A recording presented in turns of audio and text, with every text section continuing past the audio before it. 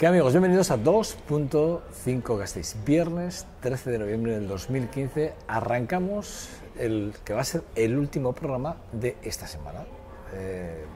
A partir de más o menos, para algunos 2 de la tarde ya estamos de vacaciones hasta el lunes, que no es verdad, porque aquí quien suscribe estas palabras los domingos a la tarde ya empieza a trabajar en lo que va a ser el programa del lunes. O sea, quiere decir que tengo más o menos un día y medio, más o menos de puente, iba a decir de puente, de fin de semana, de descanso.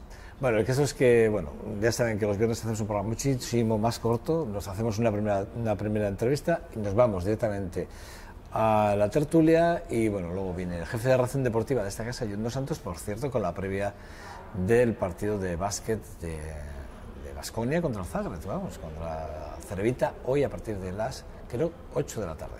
Bueno, el caso es que eso, el jefe de redacción deportiva de esta casa, Jon dos Santos, se lo contará perfectamente bien. Nosotros vamos a lo que nos importa. Desde hace un tiempo, a nosotros, cuando hablamos de cuál va a ser nuestro futuro más inmediato, el mío. Y cuando digo es el mío, la gente que todavía no nos hemos jubilado, la gente que todavía no tenemos la preocupación de una pensión, la preocupación de si llegamos a final del mes o no, para poder pagar la luz, o ahora, y vamos a tratar, porque vamos a hablar por una vida digna, vamos a hablar con los responsables de una asociación que creo que están velando muy bien, además, me da la sensación, por lo que he leído últimamente y por lo que ayer me informé de ellos, están peleando dignamente, se me sorprende, por la vida, además, de aquellos que, bueno, pues que son vulnerables, y en este caso, cuando varias asociaciones se juntan para buscar el derecho a esa vida digna después de toda una vida de trabajo y de servicios a la sociedad, si me lo permite, bueno, pues llega un momento en el que a veces esto se convierte en una vida indigna para muchos de ellos. Bueno, si me permite, les voy a presentar a los 2 miembros de la asociación, presidente y responsable de comunicación, ahí es nada. José Antonio Armente, que es el presidente, bueno... Juan Antonio Armente. ¿Qué tal estás? Bueno, buenos días. Bien. Y, bueno, a ver si os digo bien, José Luis Ortiz de Zarate, ¿qué tal estás? Lo has dicho perfectamente. Bien, un viejo amigo de otras televisiones, de otros derroteros, de otros caminos de comunicación. Que bueno, que yo decía, bueno, pues ya, cuando te he visto al principio me sonabas, pero no cae, cuando luego ya me has dicho, ya más o menos te he encajado, pero sí, ciertamente. Sí. Bueno, a los dos, seguro, buenos días. No sé si he dicho bien, no sé si he hecho bien la introducción, pero cuando hablamos de una asociación por una vida digna, primero hay que decir que sois varias asociaciones las que confluís en este punto, ¿no? De alguna forma. Sí, efectivamente, la Asociación por una Vida Digna nace tras un proceso que lo podemos decir que el punto de inicio fue a finales del año 2012. En ese año, después de que llevaba ya un año gobernando el Partido Popular, las pensiones se habían subido un 1% a principios de año. Llegó el 30 de noviembre, el IPC había subido el 2,9 de noviembre de 2011 a noviembre de 2009. Entonces, en función de cómo estaba entonces la ley, el texto refundido de la Ley General de la Seguridad Social, correspondía hacer una revisión y pagar esa diferencia del 1% al 2,9%, pagarla en una paga complementaria que, según decía la norma, se tenía que pagar antes del 30 de abril del año siguiente. ¿Qué ocurrió? Que el Partido Popular dejó en suspenso el artículo 48 del texto refundido de la Ley General de la Seguridad Social y entonces no se pagó a los pensionistas, no se nos pagó a los pensionistas ese 1,9% de diferencia, con la incidencia adicional de que lógicamente se partió para el año 2013 de una base más baja. Entonces esto motivó, bueno, pues que diversos colectivos de pensionistas de sindicatos o de otros grupos pues iniciásemos unas demandas en ese sentido al Juzgado de lo Social de Vitoria, y de ahí nacieron los primeros contactos entre una serie de organizaciones. ¿No? Después hemos trabajado conjuntamente, luego al año siguiente, la Ley 23/2013, que fue la que creó el índice de sostenibilidad y el factor de revalorización, dio lugar también a que desaparecía la garantía que antes teníamos los pensionistas de que se nos subía la pensión en función del incremento en el IPC.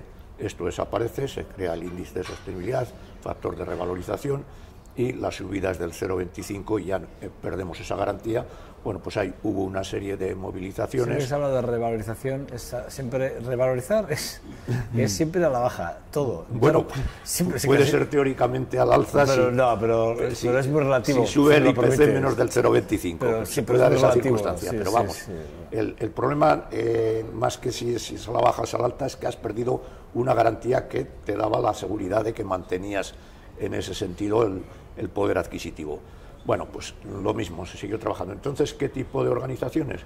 Pues como ya he comentado, organizaciones de pensionistas de diversos sindicatos, en nuestro caso de UGT, de comisiones y de uso. APREJUAL, José Luis sigue siendo el presidente de APREJUAL, pues las asociaciones de prejubilados. Y luego una serie de organizaciones, vamos a decir, de la Iglesia Católica que trabajan temas sociales. Entre las que estaba Pastoral Obrera, estaba Urbisía, estaba OAZ, estábamos nosotros, como digo nosotros es que yo provengo de ahí, la Unidad Pastoral Santa María de la Orizu, la Comisión Social de la Unidad Pastoral, y luego otras organizaciones de tipo cívico, como el Carchen, sin ninguna adscripción. Y entonces, bueno, pues hemos estado trabajando juntos diversas campañas de copago farmacéutico ya el año pasado, este año hemos repetido. Del cual vamos a hablar enseguida. Sí. Y luego hemos trabajado bueno, pues el tema de la pobreza energética y demás, y decidimos ya pues hacia junio, julio, algo antes, hacia marzo, abril del año pasado, del presente, digamos del curso pasado, decidimos constituirnos en asociación y a partir del 25 de junio, que ya tenemos el registro en el Gobierno vasco, pues tenemos la asociación por una vida digna, que ese es el nombre que le dimos. Y esa que está registrada en el Gobierno vasco. De todas maneras, abundando en lo que dice Juan Antonio, por una vida digna nace precisamente por lo que tú decías, por una vida digna. Hay muchos colectivos en el territorio histórico que están trabajando por diversas actividades o objetivos. Unos son los mayores, otros no son los mayores, pero objetivos que de alguna manera tienen que ver con el sector más vulnerable de la sociedad. Entonces, lo que intuimos o vimos dentro de este colectivo es que lo que no podíamos ir individualmente, que lo más efectivo era unirnos y luchar todos juntos por los objetivos comunes. Yo creo que eso es lo fundamental en esta asociación. Un grupo de colectivos que dejamos no de ser colectivos, cada uno en su objetivo común como asociación sigue luchando por su objetivo particular, pero hay objetivos mucho más generales que estando todos juntos a lo mejor conseguimos mucho más, a lo mejor no seguro, mucho más que si hacemos esa lucha individualizada. Entonces ese es el objetivo. Hay que mover. En concreto, yo hablo desde el tema de mayores, que es el que yo tengo más cercano. El colectivo de mayores es un colectivo que difícilmente se mueve. Es un colectivo que nos hemos hecho o se ha hecho muy cómodo. Es un poco lo que llamo yo el colectivo de sofá. Hay mucha gente de sofá. Cuando hay que luchar por algo, resulta muy difícil moverlo. Vamos a ver si, juntándonos todos y uniéndonos todos, conseguimos que este colectivo sea capaz de moverse y movilizarse por los problemas que le atañen, que son muchísimos. José Luis, ¿cuántos estáis? ¿Cuántos socios más o menos calculáis que podéis estar ahora mismo? Bueno, los socios en este momento es un número muy bajo, somos del orden de 34 o 35 personas. ¿Por qué? Pues porque todavía no hemos hecho una campaña de lanzamiento público de la asociación. Voy a hacer una aclaración. Una cosa es tener socios y otra cosa es tener una... Es decir, puedes tener 30 socios, pero luego tener 100 personas detrás.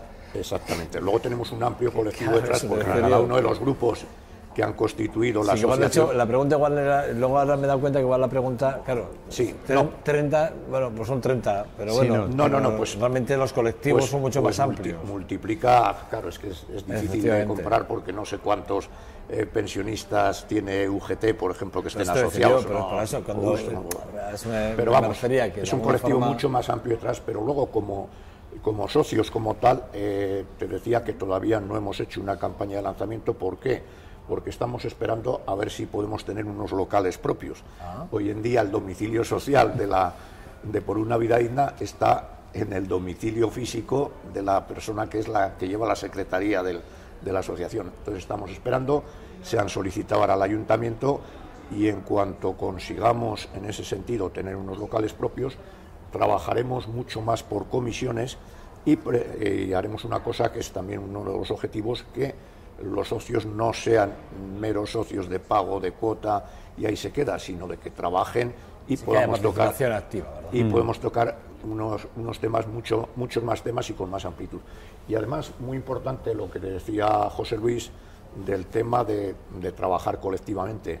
Y en ese sentido, claro, nosotros te estamos hablando de nuestra asociación, que es por lo que nos habéis invitado, para hablar de Por una Vida Digna, pero muchas de las campañas, concretamente la campaña de pensiones y cuando hicimos en su momento la campaña sobre pobreza energética, la hemos trabajado junto con otra asociación que es Aravaco Pensionistas Lanean, que son específicamente pensionistas, sí, y entonces, como digo, todavía aunamos más esfuerzos. Que no es poco. Bueno, ayer mismo conocemos desde hace tiempo la noticia, pero ayer ya desde el Ayuntamiento se nos hizo llegar una nota de prensa de que hoy el alcalde Gorka Urtaran se reunía con Iberdrola para intentar cerrar el mismo acuerdo que el Ayuntamiento de Bilbao ha cerrado con Iberdrola para sus clientes en situación de vulnerabilidad. Es decir, y hay dos puntos, y hablan del acuerdo. Ese acuerdo establece los mecanismos de coordinación necesarios para evitar la suspensión del suministro eléctrico y de gas por impago de las facturas de los ciudadanos que económicamente sea desfavorable, de alguna forma. Es decir, que es algo que se estaba demandando. Claro, tú dejabas de pagar, te cortaban el gas y claro, no tenías calefacción, no tenías agua caliente, que decir, estabas realmente... Es un tema que desde Por una Vida Digna se ha trabajado prácticamente durante el último año.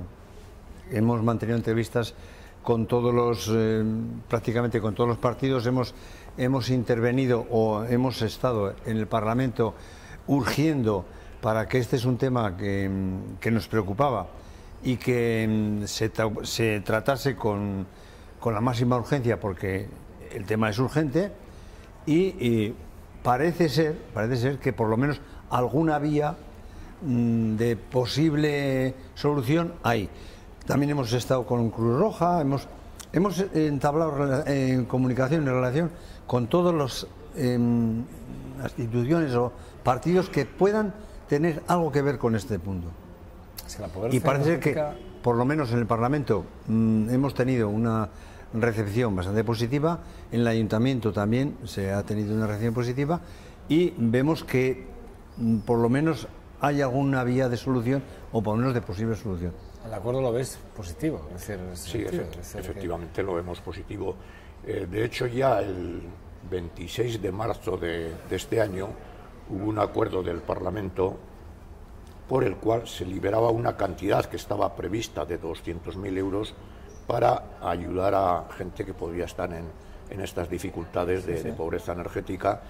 Bueno, no vamos a decir que si fue o no fue como consecuencia de nuestra actividad y de la actividad que ahí fuimos conjuntamente con esta otra asociación, con la que he comentado antes, pero lo cierto es que, bueno, pues que entonces ya se dio ese primer paso y luego pues está este segundo paso que indudablemente tiene más entidad porque supone una moratoria de 3 meses a las personas que estén en esas dificultades y bueno, pues es interesante el acuerdo y bueno, a ver si efectivamente lo que se ha conseguido, lo que ha conseguido el Ayuntamiento de Bilbao, pues se hace también realidad aquí en el... A mí lo que me extraña es que tengamos que ir ayuntamiento por ayuntamiento. Exactamente. Cuando debería ser más global, ¿no? Decir, bueno, claro, el acuerdo tenía que ser realmente global, ¿no? Claro. O sea, el ayuntamiento de Bilbao consigue, ahora tenemos que ir nosotros, luego los de Donosti, luego... O sea, me da la sensación de... Claro, más y me cuando, como ha comentado... De que si no me piden nada, yo no digo nada, ¿no? Yo me...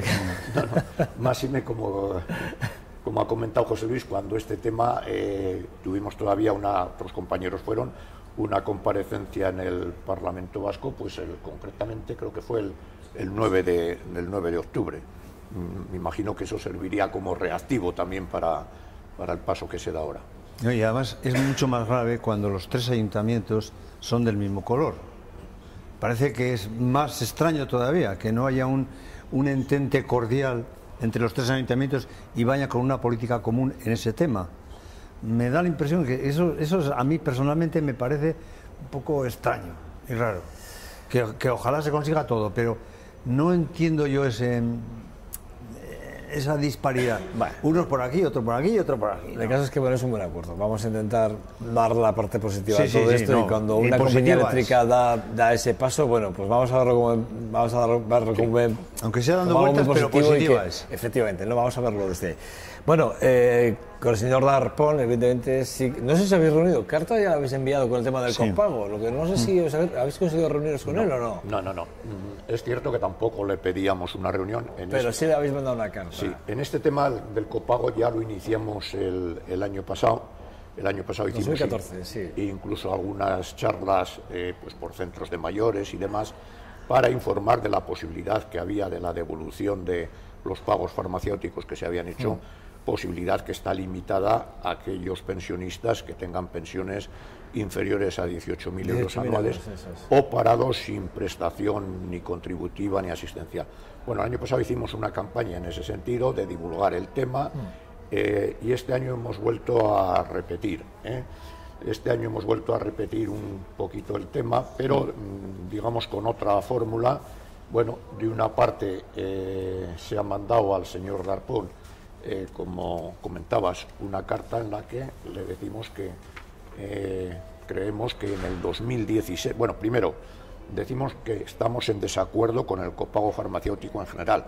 El copago farmacéutico para los pensionistas antes no existía, Es una de las medidas que han venido como consecuencia de esta situación que se llama de crisis entre comillas, la llamaríamos crisis. Sí, los que tenemos que socializamos los errores y las malas gestiones de los políticos las socializamos, sí, eso está efectivamente. Claro, sí. Bueno, pues entonces este año lo que hemos hecho es, bueno, pues dirigirnos al señor Darpón y decirle, bueno, no estamos de acuerdo con el copago, pero de momento, por lo menos lo que sí le pedimos es que en el año 2016 no tenga que ir cada pensionista o cada parado que esté en esa situación que hemos comentado, no tenga que suscribir un papelito, en ese sentido una solicitud, sino que teniendo en cuenta que ese copago farmacéutico por lo general se hace dentro de la comunidad autónoma, en aquellos supuestos que solo es gasto realizado en la comunidad autónoma, creemos que el departamento dispone de los datos suficientes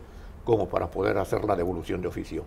¿Por qué? Pues porque aunque intentamos llegar a todo lo que podemos, pues somos conscientes de que habrá gente que ni sabe realmente que tiene la posibilidad de solicitar esa devolución. Bueno, no sé si esto se puede ver en pantalla. Sí, déjame, lo intentamos sujetar, a ver si se puede ver claramente, no sé si se podrá ver, Si no, intentamos, no sé si se podrá ver muy bien. Bueno, ahora lo vamos a colocar enseguida. Entonces hemos hecho la carta dirigida al señor Darpón pidiéndole esto. Después de esa misma carta la hemos remitido a todos los partidos políticos, a todos los que tienen representación, tanto en el Parlamento como aquellos que tienen solo representación en juntas generales, y para que sean conocedores de y pedirle que apoyen esta petición. Y luego lo hemos difundido, pues ahora lo estamos difundiendo, y lo hemos difundido a través de nuestros contactos, a través de la web, etcétera. ¿Respuesta? Respuesta, la del señor Darpón no le hemos pedido, pero ya digo, vamos a ver qué pasa. ¿Se han contestado esa carta? No ha habido una contestación. También es cierto que la carta es del 19 de octubre, o sea que han pasado 20 y tantos días. Respuesta. Pues nosotros la respuesta positiva en este momento sería que cuanta más gente que tiene derecho solicite la devolución, pero la respuesta positiva sería que para el año que viene no tenga que solicitarse la devolución, y luego quizá el año que viene, esto es una cosa que aventuramos un poco por nuestra cuenta, posiblemente tenemos que profundizar en las razones del copago en sí y si se debe hacer o no se debe hacer una campaña para solicitar la devolución del copago. Yo creo que la campaña habrá que seguir haciéndola. Yo el otro día estaba en un bar, cuento como anécdota personal, estaba en un bar, alguien me reconoció, o sabía que estaba yo con estos líos, y me pidió explicación al esto del copago. Y estamos convencidos de que hay gente mayor que ni siquiera, primero, como decía Juan Antonio, ni sabe. Que ni sabe. Y segundo, en cuanto le mandan a llenar un papel, no tiene ni idea. Sí, en cuanto le mandan a llenar un papel, se asusta. Porque recuerdo que la primera vez que hicimos una charla divulgando un poco el tema había gente que venía con el papel para que se lo llenes, porque él se veía incapaz de hacerlo. Yo he estado en 2 sitios dando esta charla y he rellenado un montón de papeles. Y el otro día en el bar me pasó esto. A mí lo que me sorprende de esto es que ellos saben, porque el dato lo tienen y cruzan datos cuando les interesan, y saben quiénes son los que no llegan a los 18.000 euros o están justo en la red de los 18.000 euros, porque cuando salta la alarma, es decir, cuando vas con la tarjeta sanitaria, eso salta. De la misma forma que saben que salta y se le pone el puntito rojo, como decía el otro, a las personas que están dentro de la suspensión del pago, del copago, ¿por qué no haces la devolución directamente sobre su propia tarjeta sanitaria, ¿no? De alguna forma, que sepa que tiene esa devolución, ¿no? O una carta, pues porque estaba picaresca por parte de la administración también, pues bueno, el que lo pide, pide, y el que no lo pide, no lo pide. Aparte que hay gente que no sabe que la renta de referencia para el copago es el 2011. Vale. Entonces, joder, es que yo ahora igual gano 19.000, pero tu referencia, que es el 2011, a lo mejor está en menos de 18.000. Tú solicítalo. Bueno, el caso es que... Bueno, ha salido, hemos conseguido que saliese. Mi compañera Estíbaliz, que está en todo, en cuanto ha visto que queríamos sacarlo, ha sacado una de toma y ha salido la imagen del documento este que me aportabas. Bueno, el caso es que la campaña avanza y ¿vais a hacer algunas campañas más en algún sitio concretas? ¿Vais a hacer algo más o no? Este año hemos limitado la campaña a esto y creemos que puede ser suficiente. Bueno, la campaña sigue porque el cartel está puesto en los ambulatorios, en un montón de sitios, para que la gente por lo menos sepa que tiene esa posibilidad. Bueno, vamos a hablar de las pensiones. El documento que tengo en mi poder dice: quieren derribar el sistema público de pensiones, no lo permitamos, decimos, ¿no? Sí que es verdad que el colectivo de pensionistas, con el tema de las pensiones, siempre... Bueno, el Pacto de Toledo es algo que siempre está en boca de todos los políticos, y hay muchos que su reforma la ven como inminente y la quieren, es un pacto. Pasa que sí que es verdad que como tiene que tener una mayoría, pues es muy complicado tocarlo. Pero sí que es verdad que las pensiones, y lo comentabais al principio, ¿no? Es que el Pacto de Toledo nació con una muy buena voluntad. Hoy el Pacto de Toledo está muerto. Está muerto. El problema ¿Por qué está muerto? Entiendo que en cuanto hay un partido que tiene mayoría absoluta, cualquier decisión que se tome está ganada. Entonces no tiene, parece que el Pacto de Toledo pierde sentido, porque al final van a hacer lo que se propongan.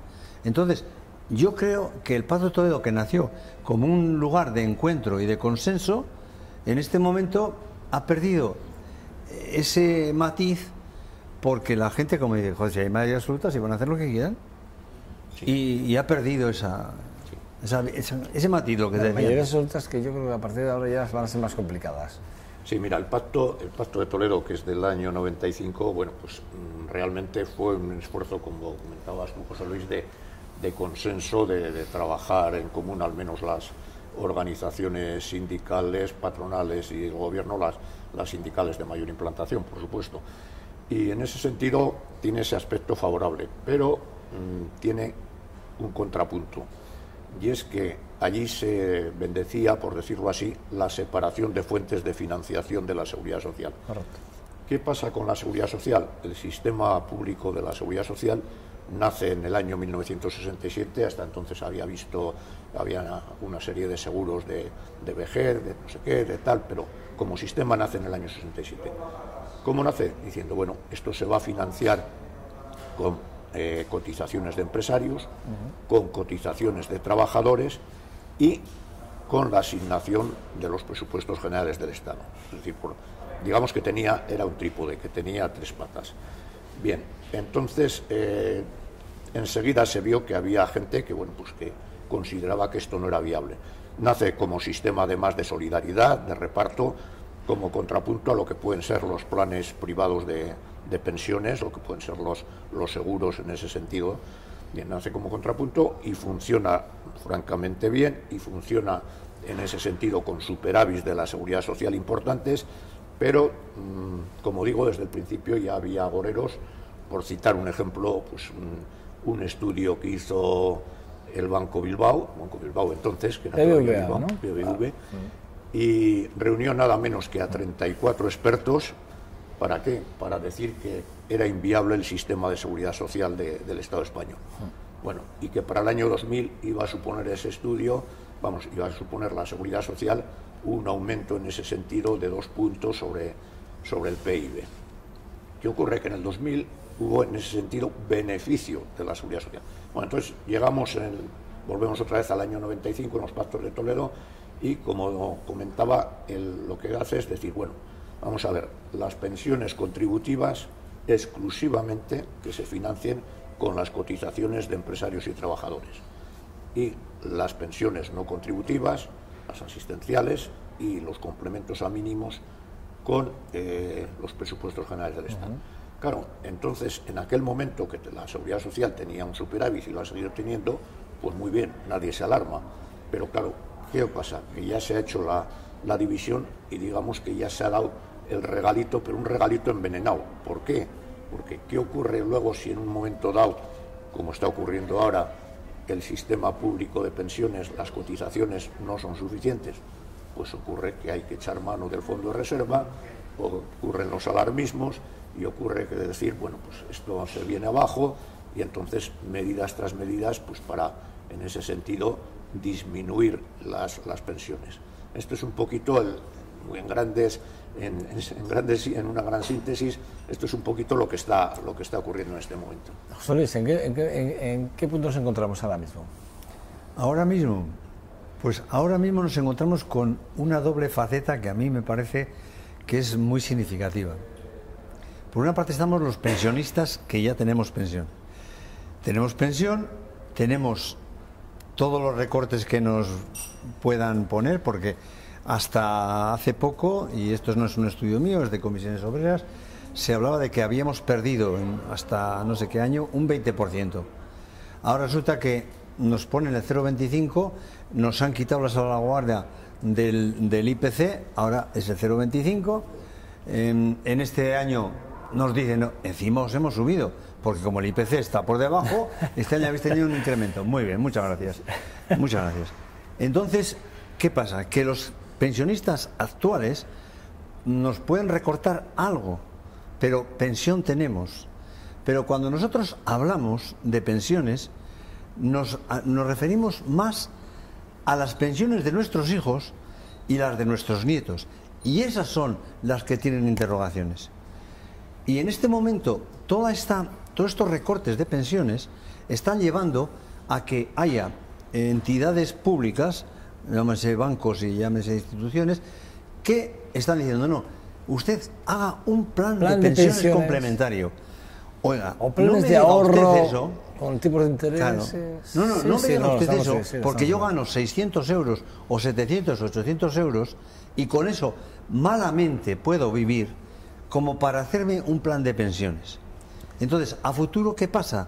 Nos dicen, no, es que las pensiones a futuro serán una pensión mínima que usted tendrá que complementar. Oiga, eso va a afectar a los futuros pensionistas. Y los futuros pensionistas... Pero no se está contando así, ¿eh? Cuando nosotros hablamos de eso... No se está siendo claro. Claro, cuando hablamos de eso, el abuelo Porretas nos cuenta la batalla. No, el abuelo Porretas, en este momento, denuncia una situación a futuro que va a afectar a los jóvenes. Y los que tendrían que luchar por las pensiones, pero mucho más que los mayores, que también, serían la gente joven que tendría que defender sus pensiones públicas a capa, vamos, en la calle, en todos los sitios. Y ahí resulta que dicen, no, es que, joder, como es tan lejos, como falta tanto, ya veremos a ver qué pasa.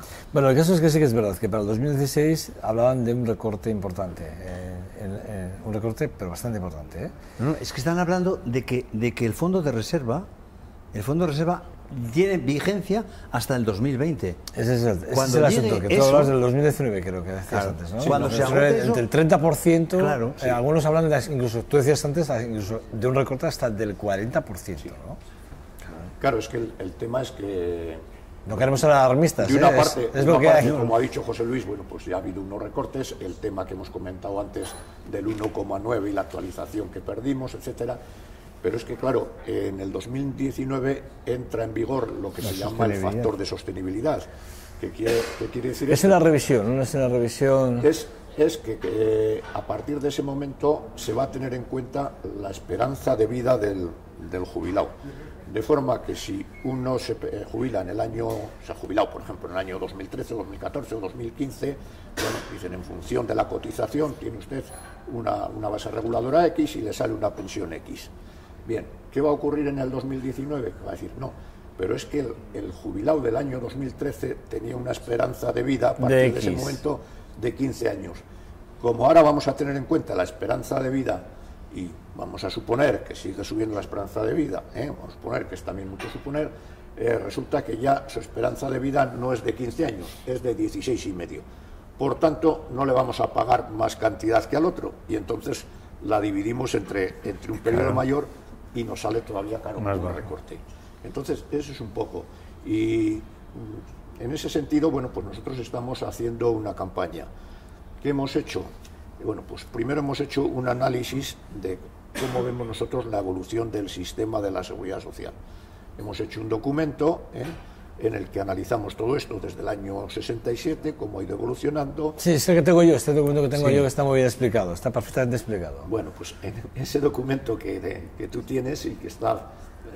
agradecemos que nos digas que está muy bien hecho. Lo estuve mirando anoche, además estuve comprobando, contestando las leyes que... Aparte, un paréntesis, es un documento que en este momento está en las páginas web de Medio España.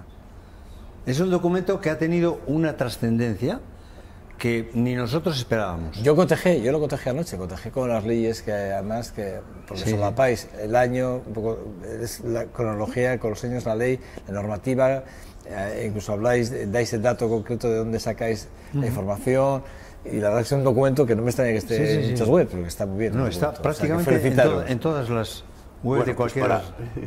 Para tener tiempo y que no se nos agote el tiempo. Sí, por favor, estamos casi fuera de tiempo ya. Vamos a explicar un poquito qué campaña estamos haciendo. Hemos partido, como digo, de ese documento. Ese documento lo hemos hecho llegar pues, a donde hemos podido, dentro de nuestras limitaciones. Lo hemos hecho llegar a otras organizaciones que trabajan temas sociales, que trabajan temas de pensiones, etcétera. Y, bueno, les hemos pedido que se sumen a nuestra campaña o que colaboren en esta campaña. ¿De qué forma llevamos a cabo la campaña? Bueno, pues de una parte, primero hemos hecho, como digo, llegar el documento, después ese mismo documento lo hemos hecho llegar a los partidos políticos, diciéndoles que, bueno, pues que analicen el documento y que luego nos llamen a una entrevista. Bien, con los partidos políticos nos hemos entrevistado ya de los 8 que hay. ¿Tenéis 3 propuestas? Tenemos más. Bueno, 3 propuestas tengo yo. Sí, bueno, hecho llegar 3 propuestas que son Euskal Herria Bildu, Partido Popular y No, pero hemos hablado con todos. Hemos hablado con Bildu, hemos hablado con todos, con los 4, con los 5 que tienen, incluso a UPyD también se le ha mandado el documento, con los 5 que tienen representación en el Parlamento Vasco y con los 3 que solo tienen en las Juntas Generales. Y les hemos dicho que nos llamen a una entrevista. De momento nos hemos entrevistado con 6 de los 8 partidos y otro nos ha comentado que ha analizado el documento y que nos llamaría en breve para esto. Bien, ¿qué les pedimos a los partidos políticos? Lógicamente les hacemos una propuesta. Cuando acaba la entrevista les entregamos una cartita y decimos, bueno, comentamos lógicamente el documento, qué impresión han sacado de él, y les entregamos una cartita diciendo, queremos de este partido lo siguiente. ¿Y qué queremos? Bueno, pues básicamente podemos hablar de tres grupos. El partido en el gobierno.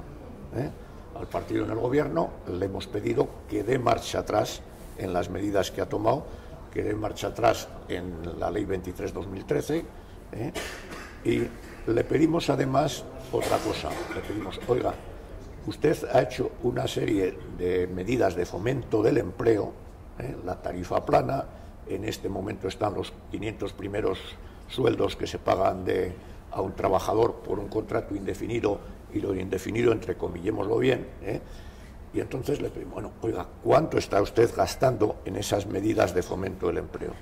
Díganos cuánto se ha gastado, porque lo que se gasta en esas medidas de fomento del empleo es menos ingreso en la seguridad social. Por tanto, disminución del fondo de reserva y demás. Bien, entonces díganos también eso, háblenos usted de cuánto se ha gastado en el Sistema Nacional de Garantía Juvenil, que nadie da datos ni cifras de eso, pero supone que un empresario que contrate a una persona del Sistema Nacional de Garantía Juvenil se ahorra la totalidad de cotización en la Seguridad Social. Entonces, díganos usted esto, en líneas generales, eso es. Luego, a los partidos de la oposición les decimos, oiga, si usted va a estar en la oposición, haga una proposición de ley para modificar la normativa actual que varió el Partido Popular. Haga usted una proposición de ley y volvamos a la situación anterior para mantener el IPC. Bien, y le decimos también, pregunte, por eso mismo que ya le hemos preguntado al Partido Popular, cite en su momento a quien sea en ese momento el ministro de Fomento o ministra de Fomento del Empleo y pídale información de todos estos datos. Bueno, eso es un poco en síntesis. Y a los partidos que quizá no vayan a llegar a estar en el Parlamento, que puede ser que haya algunos que no, le decimos, bueno, propongan por lo menos proposiciones no de ley, instando al Gobierno a que se modifique esa normativa en ayuntamientos, en juntas generales. ¿Y cuál es la sensación que habéis percibido? La percepción de los partidos políticos. ¿Qué os han transmitido ellos? Pues los partidos rápidamente, José Luis, que no tenemos tiempo. Los partidos políticos, cuando te entrevistas con ellos, te dicen, lo ideal sería, te dicen unos de los otros, lo ideal sería que consigáis que este tema figurase en el programa electoral del partido, porque entonces la exigencia sería total. Sí, que el momento está en el programa electoral pero que sería incumplimiento. Pero ¿no? que lo haga el otro. Yo no. Únicamente de un partido nos ha dicho que va a tocar o va a apuntar, por lo menos como... Solo uno. No, bueno. Uno por lo menos. Que va a tocar el tema de las pensiones en su programa electoral. ¿Se puede hacer, a ver, habrá que ver en qué sentido lo va a tocar. José Luis, ¿qué partido es? ¿Qué partido es? El Partido Socialista, en este caso. Eso es. Que lo va a tocar. Eso nos ha dicho la Mariluz Rodríguez, que es la representante en la ejecutiva del PSOE en Madrid. Pero todos dicen, bueno, pero lo que hay que conseguir es que figure el tema concretamente, qué es lo que proponen y qué es lo que van a hacer. Pero eso dice, conseguirlo de otros. O sea, el compromiso... Yo no quiero que los quiera este otro, ¿no? Ahí quiero matizar un poquito las palabras de José Luis, porque es cierto que el Partido Socialista, que aquí también hemos estado hablando a nivel de Álava, con los dos cabezas de serie, los que inician la cabeza en ese sentido para el Congreso, y para el Senado, que es Lasarte, y para el Senado, que es Julia Liberal, hemos estado hablando, y estos nos han entregado concretamente su propuesta, y efectivamente está esto. Pero sí que es cierto que tanto EH Bildu como Podemos, como Irabasí, no sé ahora cómo... Sí, ECU, Irabasí... Bueno, Irabasí... Bueno, es que eran que era por un lado... todos estos... Sí, porque ECU está dentro de Podemos para las elecciones. Están en sintonía con las propuestas nuestras. Todos estos están en sintonía, y luego hay sintonías parciales también incluso de otros partidos. Sí, Juan Antonio, yo estoy de acuerdo contigo. Pero espera un poquito Pero nada, no tenemos tiempo ya, estamos fuera de tiempo casi, por acabar el tema de la campaña, porque claro, la campaña no acaba en estar con los partidos políticos. Este mismo informe se ha mandado a las centrales sindicales, y a las centrales sindicales, ¿qué se les ha pedido? Bueno, pues que apoyen, que divulguen, que fomenten en ese sentido los actos que estamos haciendo, y que lo divulguen, y como va a haber una manifestación, todavía no tenemos la fecha delimitada, pero posiblemente hacia el 10 de diciembre, que apoyen activamente esa manifestación de forma unitaria. A los sindicatos que le tengamos que pedir esto, sí, sí. Es un poco, pero bueno. Esto tenía que salir de los sindicatos, no habría que pedirle a los sindicatos nada. Bien, no vamos a entrar ahí. Pero yo sí que entro ahí. De forma unitaria. Hemos mandado a organizaciones de tipo, digamos, de tipo social, en ese sentido, a una serie amplia de organizaciones. También hemos mandado el informe, también hemos pedido el apoyo. Y estamos ya dando charlas en centros de mayores y vamos a dar en otra serie de centros para divulgar, digamos, este informe y para solicitar en ese sentido. Bueno, Juan Antonio, no tengo más tiempo, Juan Antonio Armentía, José Luis Ortiz Zárate, no tengo más tiempo. No, José Luis, ¿quieres apuntar algo rápidamente? Simplemente decir que sí, que el documento del PSOE, que recoge lo nuestro, es un preámbulo, un reconocimiento de la situación. Pero todas estas cosas que nosotros vamos a proponer y a fomentar, pero no me dicen cómo. Os recuerdo que uno de los mayores recortes de nuestro Estado democrático lo hizo el Partido Socialista con el señor Zapatero al frente, os lo recuerdo, que los sindicatos se estuvieron escondiendo y jugando al ratón y al gato, y la verdad es que uno de los mayores recortes fueron los socialistas los que acometieron uno de los mayores recortes sociales, que dices, Juan Martín Izquierda nunca, mira, pues lo digo para que se sepa, que quede claro esto, bueno, pero me alegra que si quieres rectificar, siempre estamos a tiempo, pero vamos, hemos perdido muchos poderes adquisitivos que, como decía aquel, ¿no?, que nuestros abuelos se lo trabajaron, demandaron, lucharon por ellos y que poco a poco realmente hemos ido perdiendo. Por eso tenéis que luchar los jóvenes por conseguir lo que... Bueno, ya tenemos el apoyo vuestro, a ver si conseguimos entre nosotros y nosotros conseguimos... No, a ver, conseguimos que vosotros... Yo lo que os ofrezco es que vengáis más veces a este programa, ¿vale? Para seguir hablando de este tema o de otros temas. O sea que... Encantados de venir y os agradecemos, por supuesto. Juan Antonio, José Luis. Vale. Es que regreso, ¿vale? Vale. Bueno, nada, pausa para publicidad y nada, regresamos en menos de 1 minuto hasta ahora.